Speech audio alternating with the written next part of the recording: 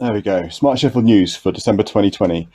Yeah, so this is basically the whole bunch of companies and projects have sprung up, and this list is I'm sure it's not comprehensive, but we put a list together at Sheffield Digital a few weeks ago to just try and kind of acknowledge and record all of the projects, new products, and responses from tech companies across Sheffield to the pandemic. And I think it's really something worth kind of shouting about, that so many companies have tried to help people across the city, but also businesses try to create digital tools to help industries carry on. And so the first area I want to talk about is hospitality. And so one of the things that happened is that Airship, the agency based at Park Hill, developed a system. Oh, cheers, Darren. Thanks very much for talking.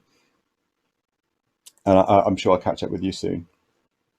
They developed Track2, which is an on-site data registration system for track and trace. So hospitality venues can use their Track2 system to capture information very easily and feed into the track and trace system. So kind of really trying to reduce the friction for people recording when they arrive and leave. They also put together these £10,000 grants with a whole set of other partners to offer hospitality venues some advice and some help in transitioning to digital services. Events, so Ticket Bank and Tickets for Good developed a virtual ticket bank. Ticket Bank, they redistribute tickets. Tickets for Good is a Sheffield tech for good startup that they basically use up spare tickets and make them available to people who otherwise wouldn't be able to go to gigs and concerts and things. And they both work together to create a virtual ticket bank to redistribute unsold and spare event tickets for virtual events. Razor and Digital Exchange work together on a project called Conveyor, or product called Conveyor, which is basically automatic occupancy counting and indication system for venues, but also for offices. And shops. So if you've got a certain maximum number of people that can be in a certain space, it counts these automatically, and there's a traffic light system that it's connected to that shows whether or not you're allowed to go in or not. Tended, which I believe was an IoT Tribe startup from last year. They developed wearables to help maintain social distancing in kind of factory and logistics spaces. Volunteering, Tribepad and VAS, that's Voluntary Action Sheffield. Oh, thanks, Tracy.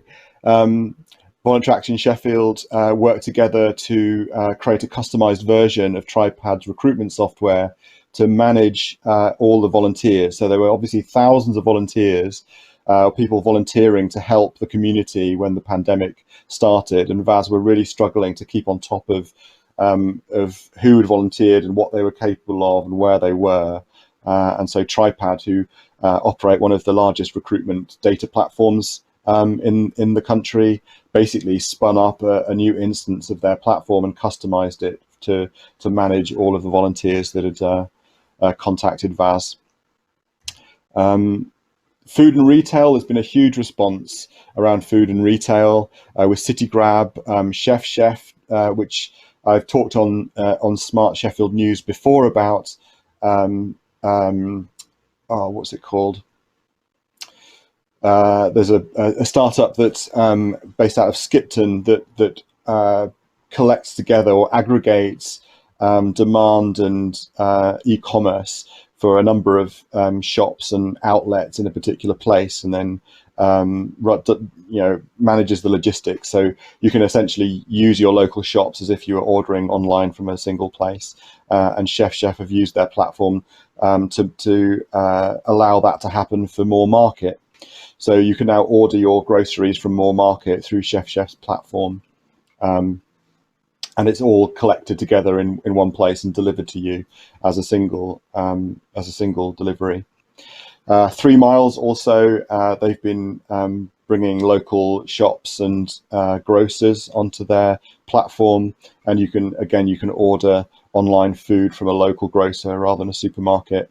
And This is Sheffield, which launched a couple of weeks ago, basically puts together all of Sheffield's independent makers and shops to encourage people to buy their Christmas presents from local independent makers and producers this year. And you can go to, I think it's thisissheffield.app, and you can see all of the different independent producers that are on their platform.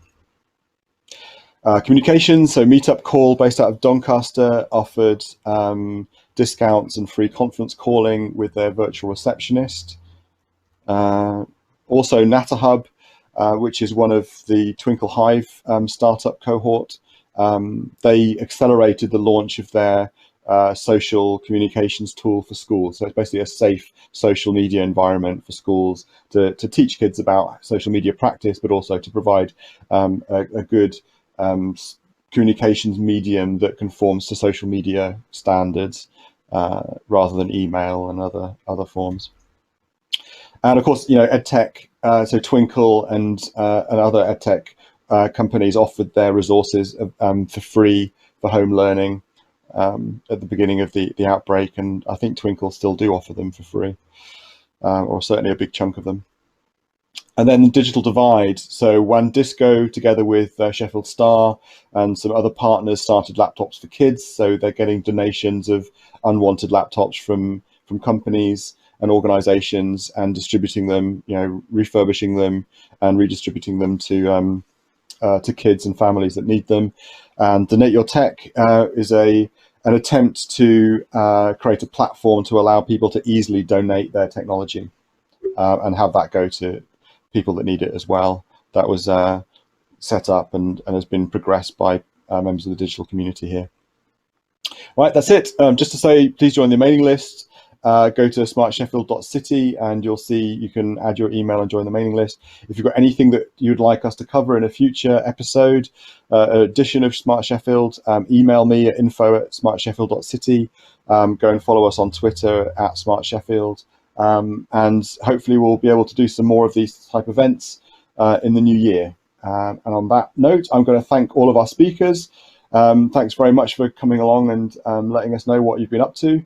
And those that are still here, by all means, go and get yourselves some refreshments or have a bite to eat. The Air Meet is going to be open at least till 8:30.